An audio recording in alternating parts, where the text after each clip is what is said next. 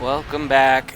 Now we are going to jump into painting. The last video we built this car from scratch and put it together with different pieces. This is a quick recap. If you missed that video, I'll throw a card up to link to it. But in this video, we are starting off from where we left off in that one with this primed car ready to go. And we are going to throw some paint on it and try to make it look like a Wasteland battle machine. So for this video, I wanted the freedom of not having a camera right in front of me. And I think I paid a price in video quality doing that, because this angle you really don't see what I'm doing as well as you could. But right now I am just taking some black paint and painting the tires back to black from the brown and getting in some of the darker crevice areas. The idea here is to kind of create a wash so that the black goes in all the cracks and in the deeper areas, like with back behind the grating in the window.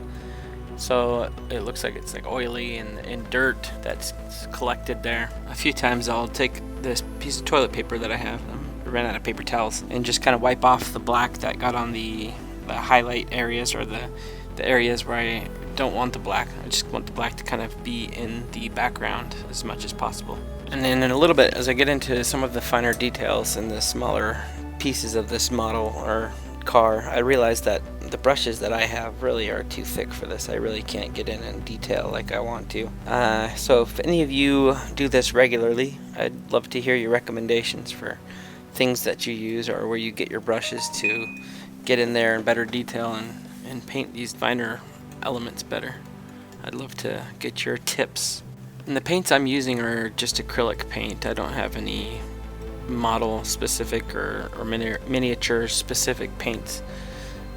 They seem to work alright. They do a fine job. I don't see anything wrong with them, but I don't know if the modeling paint has something more specific for painting on a smaller scale like this. I don't profess to be any kind of professional, just a guy that wanted to give it a try, so here I am. And right now I'm mixing together a bronze and a red and a little bit of a brown to try to get some kind of rusty looking metallics in there. So it does a pretty good job, I feel like. Maybe a little bit too shiny and new with that bronze that I used, but it kind of gives the feeling of rust that I was looking for. All of these post-apocalyptic cars are just thrown together with metal and cars that survived the nuclear holocaust and all the bombs and such, and rain and acid rain, and probably most of it is all sorts of rusty. It's crazy how many post-apocalyptic movies have come out. There's been a few recently, but there was a ton back in the 80s. One of my favorites is one that's called After the Fall of New York, and I bought it at like a hair salon or something in the town I grew up in, Vernon, New Jersey. It was the weirdest thing. They had a few VHS cassettes for sale, and that one looked interesting being post-apocalyptic, so I bought it to go home and watched it. It's pretty funny. It was one of those laughable ones with a few funny one-liners. And at this point it's really looking dark. The whole car just looks really dark, and I wanted to get some higher contrast in there, so I go in with the lighter gray color to paint those CD shards that I have jetting out of the sides that kind of look like big pieces of glass or metal. And once I do that, then it starts to really get the contrast I was looking for and pop. Since I have that light color out, I go ahead at this point and do some dry brushing. And dry brushing is basically when you get like a lighter color on your brush and you wipe off most of the paint off of the paintbrush, and then you just brush those bristles all over your model, and the pieces that stick up the highest, the corners and the highlights, and any area that extrudes from the model is going to pick up the paint that's in the brush and be highlighted. For example, if you look at the windows, you can see how just the screen that I have cut out and put in there is what's picked up the color, and all of the part behind it, all the black, is still black. So it's a really cool technique to go over finished models and to make them really pop, and it kind of adds some weathering look, like the paint's chipped off and you see the raw metal underneath of the paint and the metal that's been scratched and that sort of thing. So it gives them a nice finished look. I go ahead and put some on the tires and stuff too. I think it looks good everywhere.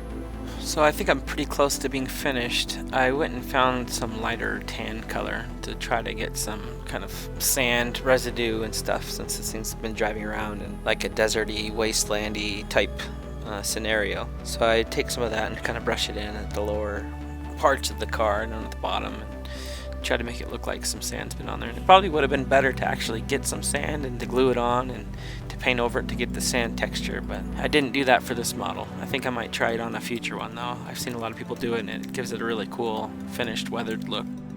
I go in too with some orange to kind of highlight some of the rusty areas since it was all so dark.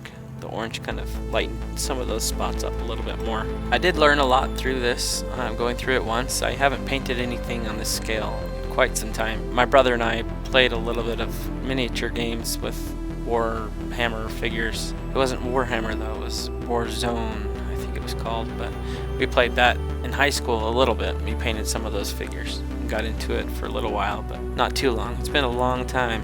And again, I apologize for switching angles on you. Really, I didn't realize how much my hand would block what I was doing, so I won't ever record from this angle again, trying to get a process shown of me painting something with my hand being 90% of what I'm actually recording. Overall, I think the paint job on this is probably a little rushed. I probably could have done better. I was getting a little frustrated with the brushes being so thick, and I think next time I go to a store, I'll look for some smaller brushes and pick those up and have those for the next attempt at something like this. But overall, this was a fun process. I like doing it. It was kind of fun just gluing anything to the car and just Mod Podging it together, and nothing looked like it belonged until it was all primed and it all looked like it was almost a kit. It just came like that. It was ready to be thrown in the Wasteland environment in some sort of post-apocalyptic movie, and it came together nicely. I was kind of impressed with the finished car, and here it is all done. I'll do a spin around for you.